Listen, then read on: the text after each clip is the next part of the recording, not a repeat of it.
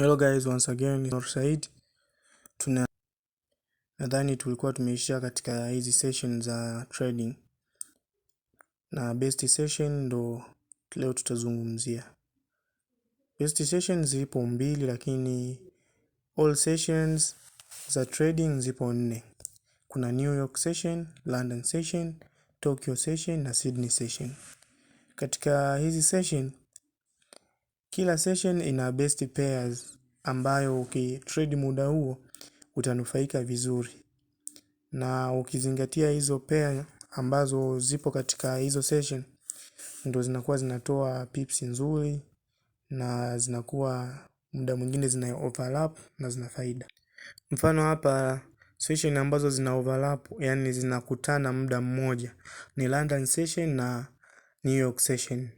Na best pairs ambazo zinatumika katika muda huo ni Euro USD, GBP USD, SAU USD, yani XAU. Hii ni gold.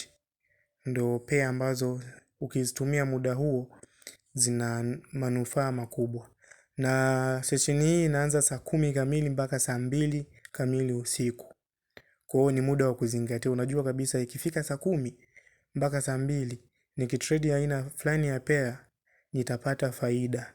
Kuliko yani ukibezi sana na hizi pair utapata manufaa na impact itaonekana ni kubwa kuliko ubezi na pair ambayo haipo katika huo muda, yani haina manufaa makubwa au haitumiki katika trade. Watu hawaitrade sana muda huo. Cha kuzingatia hicho. Session ambazo zinazobaki ni Sydney session na Tokyo session. Kwa hiyo ni mambo ya kuzingatia. Tokyo ni saa 11 mpaka saa 4 usiku. Sydney ni saa 9 mpaka saa 2 usiku. Alafu London ni saa 6 mpaka saa 12. Na New York ni saa 10 mpaka saa 5 usiku. Kwa hiyo lazima ujue kila pair inatumika muda gani.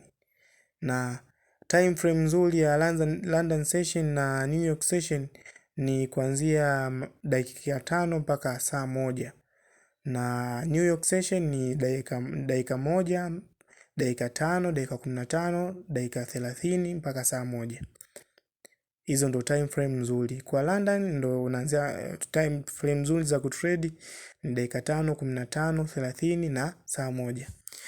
Hizi ndo za kubase kwa scalping traders kama sisi. Tutaendelea.